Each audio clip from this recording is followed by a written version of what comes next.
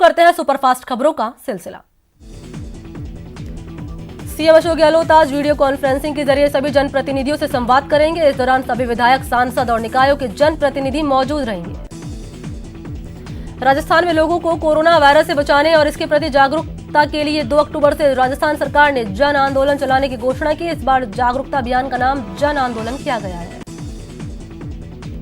CM Gehlot ने मंगलवार को एसीबी के अधिकारियों के साथ समीक्षा बैठक में सीएम ने भ्रष्टाचार के खिलाफ जीरो टॉलरेंस अपनाने की बात कही। उन्होंने शिकायत मिलने के बाद त्वरित कार्रवाई के निर्देश दिए। बैठक में सीएम ने निर्देश दिया कि अब गजेटेड अफसरों की तर्ज पर हर सरकारी कर्मचारी के लिए सालाना संपत्ति की घोषणा को अनिवार्य किया जाना तय हो गया है। सीएम ने भ्रष्टाचार के खिलाफ शिकायत के लिए एसीबी की हेल्पलाइन 1064 के ज्यादा से ज्यादा प्रचार प्रसार पर जोर दिया। उन्होंने निर्देश दिए कि सभी सरकारी कार्यालयों में इस हेल्पलाइन की जानकारी देने वाले पोस्टर चस्पा किए जाएं। मुख्यमंत्री अशोक गहलोत की ओर से वीडियो कॉन्फ्रेंसिंग के जरिए एसीबी विभाग की ली गई बैठक में श्रीगंगानगर एसीबी के अधिकारी भी जुड़े। वीडियो कॉन्फ्रेंसिंग के दौरान मुख्यमंत्री अशोक गहलोत ने श्रीगंगानगर जिले में भ्रष्टाचार को जीरो टॉलरेंस के निर्देश दिए। प्रदेश में अब शहरों की तर्ज पर ग्रामीण इलाकों में भी राजस्व विभाग की आवंटन की जा सकने वाली जमीन का लैंड बनेगा। राजस्व विभाग इसके लिए जल्द ही काम शुरू करेगा। राजस्व विभाग का लैंड बनाने से सोलर, विंड समेत अन्य ऐसे उद्योगों को जमीन आवंटन में आसानी होगी जिन्हें बड़ी जमीन चाहिए। सीएम अशोक गहलोत ने राजस्व विभाग की समीक्षा बैठक में इसके निर्देश दिए। सीएम ने राजस्व विभाग के अधीन आवंटन योग्य सरकारी भूमि का लैंड बनाने के निर्देश दिए ताकि राज्य स्तर पर आवंटन के लिए भूमि उपलब्ध हो सके। लोकसभा अध्यक्ष ओम बिरला के पिता श्री कृष्ण बिरला का 92 साल की उम्र में निधन हो गया। श्री कृष्ण बिरला लंबे समय से बीमार चल रहे थे। श्री कृष्ण बिरला का कोटा किशोरपुरा मुक्तिधाम में अंतिम संस्कार किया जाएगा। प्रदेश के निजी स्कूलों में फीस के मामले में आज हाईकोर्ट में सुनवाई होगी। एकल पीठ ने अभिभावकों को ट्यूशन फीस का 70% भुगतान करने का आदेश दिया था, जिसकी पहली किस्त का भुगतान आज तक करना है। इस केस में अब राज्य सरकार आज होने वाली सुनवाई में अपना पक्ष रखेगी। अपीलकर्ता के मुताबिक फीस के मसले पर स्कूल संचालकों ने राजस्थान स्कूल एक्ट 2016 का भी उल्लंघन किया है। कोरोना के खिलाफ जागरूकता के लिए गहलोत सरकार 2 अक्टूबर से जन जागरण अभियान चलाएगी। यह आंदोलन पहले फेज में राज्य में संक्रमण से सबसे ज्यादा प्रभावित 11 जिलों में चलाया जाएगा। आगे इसे और जिलों और पंचायतों तक चलाया जाएगा। बीजेपी नेता मदन दिलावर ने डूंगरपुर में उपद्रव के पीछे नक्सली कनेक्शन बताया। उन्होंने कहा कि बाहरी लोगों ने स्थानीय आदिवासियों को भड़काने का काम किया है। डूंगरपुर हिंसा पर बीजेपी विधायक मदन दिलावर के बयान पर पीसीसी चीफ गोविंद सिंह डोटासरा ने पलटवार किया। उन्होंने कहा कि जब सरकार आग बुझाने की कोशिश कर रही है तो मदन दिलावर जैसे लोग उसे हवा दे रहे हैं। प्रदेश में निगमों के चुनाव तय समय पर ही होंगे। इसको लेकर हाईकोर्ट ने सरकार की याचिका खारिज कर दी और 31 अक्टूबर तक जयपुर, जोधपुर और कोटा निगम के चुनाव कराने के निर्देश दिए। बीजेपी राष्ट्रीय अध्यक्ष जेपी नड्डा ने मंगलवार को जयपुर के प्रताप विश्वविद्यालय के दीक्षांत समारोह में विद्यार्थियों को संबोधित किया। अपने संबोधन में नड्डा ने कहा कि शिक्षा रटने के बजाय समाज के लिए उपयोगी होनी चाहिए। प्रदेश के प्रसिद्ध फिजिशियन डॉक्टर जीएन सक्सेना अब महात्मा गांधी मेडिकल यूनिवर्सिटी के प्रो वाइस चांसलर होंगे। यूनिवर्सिटी के चेयरमैन की सहमति से उनका नियुक्ति पत्र जारी किया गया है। अलवर में खनिज अभियंता केसी गोयल ने वरिष्ठ सहायक कार्यालय अजीत सिंह शेखावत से जान को खतरा बताया। इसके बाद अजीत सिंह शेखावत ने भी केसी गोयल से अपनी जान को खतरा बताते हुए उच्च अधिकारियों को पत्र लिखा है।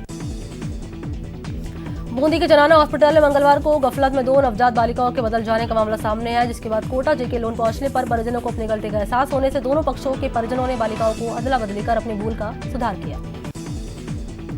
श्रीगंगानगर पुलिस ने नशीली दवाओं के खिलाफ कार्रवाई करते हुए एक युवक को गिरफ्तार किया। युवक के पास से 500 नशीली गोलियां बरामद हुई है।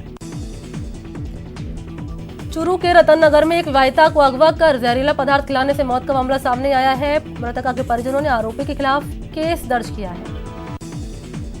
भरतपुर की कामा पुलिस ने 12 साल से फरार चल रहे आरोपी को गिरफ्तार किया। आरोपी पर हत्या, लूट के कई मामले दर्ज हैं। चूरू में राशन डीलर से राशन मांगने गई एक 60 साल की बुजुर्ग महिला और उसके बेटे के साथ मारपीट का मामला सामने आया। पुलिस मामले की जांच कर रही है। बीकानेर पुलिस ने नकबजनी के 2 आरोपियों को गिरफ्तार किया। इन आरोपियों ने कई वारदातें करना भी कबूल किया है।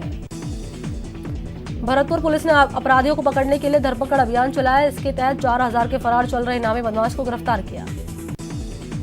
कोटा पुलिस ने बाइक चोर गिरोह का खुलासा किया। पुलिस ने गैंग के 2 सदस्यों को गिरफ्तार किया। बूंदी में बीजेपी नेता ने एक दुकान पर फायरिंग कर दी। पीड़ित की सूचना के बाद पुलिस ने आरोपी को गिरफ्तार किया। अलवर की दिल्ली जयपुर हाईवे पर आज सुबह 5 बजे मिनी ट्रक में आग लगने से हड़कंप मच गया। चालक ने आग लगते ही गाड़ी से कूदकर अपनी जान बचाई। आधे घंटे के बाद आग पर काबू पाया गया। बाड़मेर में निर्माणाधीन टांका ढहने से 3 मजदूरों की दर्दनाक मौत हो गई। टांका ढहने से मिट्टी में दबे मजदूरों को बाहर निकालने के लिए घंटों चले ऑपरेशन के बाद 3 मजदूरों के शव को बाहर निकाला गया। सवाई माधोपुर के बौली थाना क्षेत्र में संदिग्ध अवस्था में एक महिला की मौत हो गई। पुलिस मामले की जांच कर रही है। कोटा के चंबल नदी में डूबने से 10वीं कक्षा के छात्र की मौत हो गई। मृतक नहर में नहाने गया था। सिरोही में एक बेकाबू कार ने राह पर चल रही 2 महिलाओं को कुचल दिया, जिसमें एक महिला की मौके पर मौत हो गई और दूसरी महिला को गंभीर हालत में हॉस्पिटल में भर्ती कराया गया है। सीकर के रामगढ़ शेखावाटी इलाके में एक विवाहिता ने फांसी का फंदा लगाकर आत्महत्या कर ली। पुलिस ने मृतक का शव का पोस्टमार्टम कराकर मामले की जांच शुरू की। उदयपुर की एकलव्य कॉलोनी में जलदाय विभाग की लापरवाही से 17,000 लीटर क्षमता वाली पानी की टंकी ओवरफ्लो हो गई, जिससे 1 घंटे में लाखों लीटर पानी यूं ही बेकार बहता रहा। छात्रा को अश्लील मैसेज भेजने के आरोपी प्रोफेसर के खिलाफ अजमेर में यूथ कांग्रेस के कार्यकर्ताओं ने जोरदार प्रदर्शन किया। उन्होंने आरोपी प्रोफेसर के खिलाफ कड़ी कार्रवाई की मांग की। हाथरस गैंगरेप की पीड़ित की मौत की खबर के बाद दौसा में भीम आर्मी ने कैंडल मार्च निकाला और आरोपियों की गिरफ्तारी की मांग की। उत्तर प्रदेश में युवती के साथ हुए दुष्कर्म के मामले में आरोपियों की जल्द गिरफ्तारी की मांग को लेकर श्रीगंगानगर वाल्मीकि समाज ने जिला कलेक्ट्रेट पर प्रदर्शन किया। टोंक में किसान बांध से नहरों में पानी छोड़े जाने की मांग को लेकर किसान संगठनों ने संयुक्त बैठक की और बंगलों से कलेक्ट्रेट तक रैली निकाली। सवाई माधोपुर में पूर्व महिला बीजेपी जिलाध्यक्ष सुनीता वर्मा की ओर से नाबालिग से दुष्कर्म करने के मामले में अब पुलिस ने एक और आरोपी को गिरफ्तार किया। नाबालिग की निशानदेही पर पुलिस ने आरोपी को गिरफ्तार किया। जयपुर में कोरोना हॉटस्पॉट रहे रामगंज में बेटियों ने एक अनूठी पहल की शुरुआत की। छात्राओं ने अपनी पॉकेट मनी से पैसे जमा करके रामगंज इलाके में लोगों को मास्क और सैनिटाइजर बांटे। अलवर में जलदाय विभाग की लापरवाही, अमृत जल योजना को निगल रही है। योजना पर 100 करोड़ से ज्यादा रुपए खर्च किए गए, लेकिन लीकेज की वजह से लाखों लीटर पानी सड़कों पर यूं ही बेकार बह रहा है। श्रीगंगानगर की नगर परिषद ने 9 करोड़ रुपए से ज्यादा बकाया चल रहे गृहकर और नगरीय विकास कर की वसूली के लिए ढोल बजाकर वसूली अभियान शुरू कर दिया है। बूंदी में बीजेपी नेता ने एक दुकान पर फायरिंग कर दी। पीड़ित की सूचना के बाद पुलिस ने आरोपी को गिरफ्तार कर लिया। कोटा में चालान काटने के दौरान बेवजह मारपीट के मामले में एसपी ने एक हेड कांस्टेबल और 2 कांस्टेबल को निलंबित कर दिया। पीड़ित ने इनके खिलाफ शिकायत दर्ज कराई है।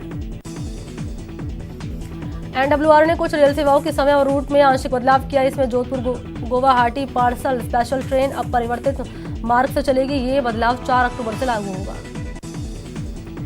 सीकर के श्याम मंदिर में सत्संग समिति की ओर से महिला मंगल गीत का आयोजन किया गया, जिसमें बड़ी संख्या में महिला श्रद्धालुओं ने हिस्सा लिया। सवाई माधोपुर के ग्राम सहकारी समिति पांचोलास में अनियमितताओं की जांच की मांग को लेकर जिला छात्र संघर्ष समिति के बैनर तले छात्रों और ग्रामीणों ने जिला कलेक्टर को ज्ञापन सौंपा। बाबरी मस्जिद विध्वंस केस में 28 सालों बाद आज लखनऊ की एक स्पेशल सीबीआई कोर्ट फैसला सुनाएगी। इस केस में बीजेपी के वरिष्ठ नेता एलके आडवाणी, मुरली मनोहर जोशी, उमा भारती और कल्याण सिंह भी आरोपी हैं। हाई प्रोफाइल मामले में फैसले के मद्देनजर अयोध्या और लखनऊ में सुरक्षा के कड़े इंतजाम किए जा रहे हैं। कोर्ट में बीजेपी की फायर ब्रांड नेत्री उमा भारती को भी मौजूद रहना था, लेकिन वो कोर्ट में मौजूद नहीं रहेंगी। उमा भारती कोरोना वायरस से संक्रमित है। उमा भारती के कोरोना टेस्ट की रिपोर्ट फिर से पॉजिटिव आई है।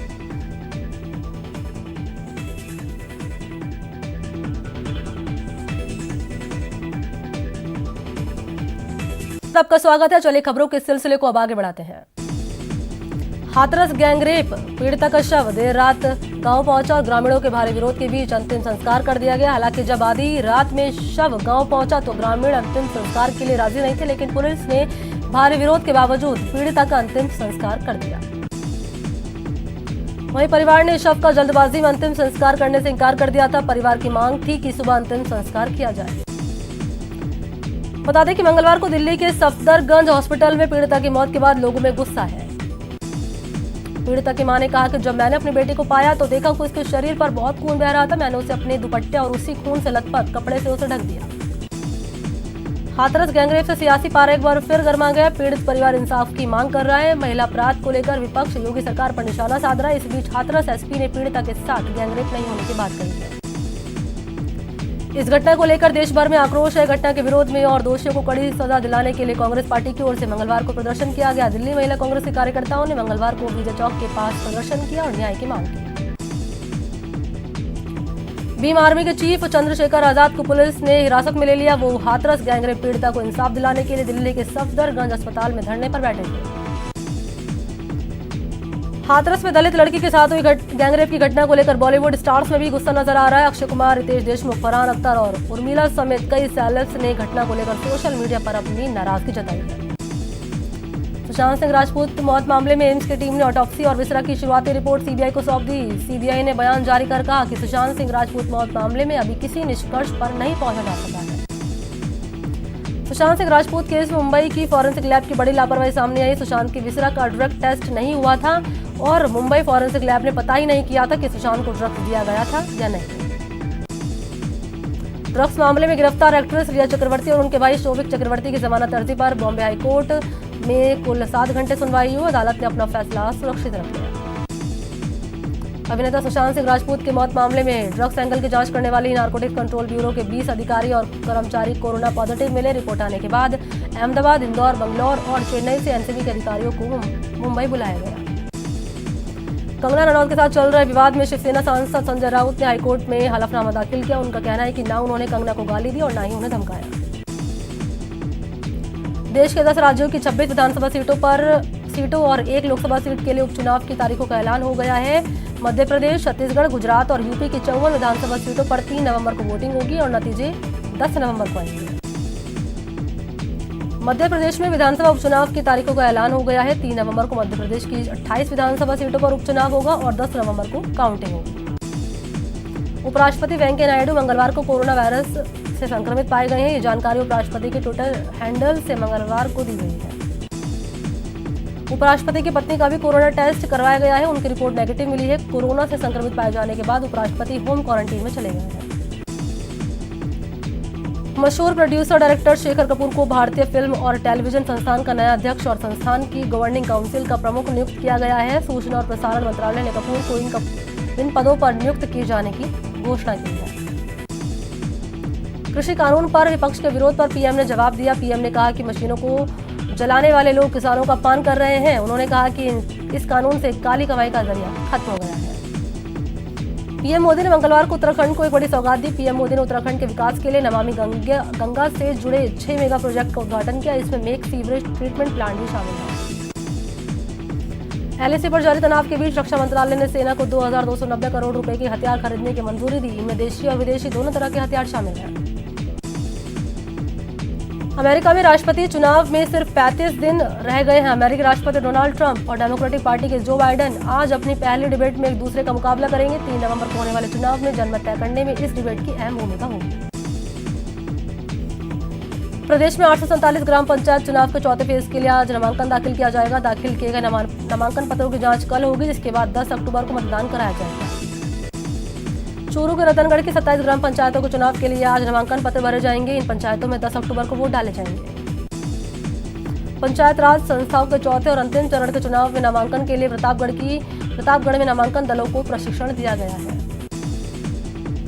उदयपुर में 45 सरपंच और 375 वार्ड पंचों के चुनाव के लिए आज नामांकन होगा। वहीं 1 अक्टूबर को नामांकन पत्रों की जांच होगी और नाम वापसी की प्रक्रिया होगी। दौसा में पंचायत चुनाव के आखिरी चरण की वोटिंग के लिए पोलिंग पार्टी रवाना हो गई। इससे पहले सभी अधिकारियों को ट्रेनिंग दी गई। बीकानेर में पंचायत चुनाव को लेकर सभी तैयारियां पूरी हो गई। चुनाव के दौरान शांति व्यवस्था के लिए प्रशासन ने पुख्ता इंतजाम किए। उदयपुर के भल्लू का गुड़ा गांव के लोगों ने पंचायत चुनाव का बहिष्कार करने का ऐलान किया। उन्होंने कहा कि आजादी के 70 साल बाद भी गाँव में सुविधाओं का अभाव है। ऐसे में वोट डालने का मतलब ही नहीं है। अलवर जिले में पंचायत चुनाव का पहला चरण शांतिपूर्ण तरीके से संपन्न होने के बाद जिला प्रशासन शेष बचे 3 चरणों की तैयारियों में जुट गया है। दूसरे चरण के लिए 3 अक्टूबर को वोट डाले जाएंगे। धौलपुर जिले की बाड़ी पंचायत समिति की 35 ग्राम पंचायतों में महिलाओं ने पुरुष के मुकाबले बाजी मारी। 20 महिला प्रत्याशियों ने पुरुषों के 15 प्रत्याशियों के मुकाबले सरपंच के रूप में चुनकर आए हैं। देश में कोरोना की रफ्तार नहीं थम रही। 24 घंटे में देश में 69,668 नए केस सामने आए और कुल मरीज का आंकड़ा 61,43,000 के पार पहुंच चुका है। पिछले 24 घंटे में कोरोना से 775 लोगों की मौत हो गई। इस तरह इस बीमारी से अब तक 96,351 लोगों की जान चली गई है। वहीं पिछले 24 घंटे में 85,194 लोग ठीक भी हुए हैं। इसके बाद ठीक हुए मरीज का आंकड़ा 50,98,000 को पार कर गया है और रिकवरी रेट है 82.74%। कोरोना संक्रमण के बढ़ते मामलों को लेकर मुंबई में बीएमसी ने नए नियम जारी किए। मुंबई के किसी भी मॉल, दुकान, रेस्टोरेंट, दफ्तर, बस, टैक्सी, रिक्शा में बिना मास्क के एंट्री नहीं दी जाएगी।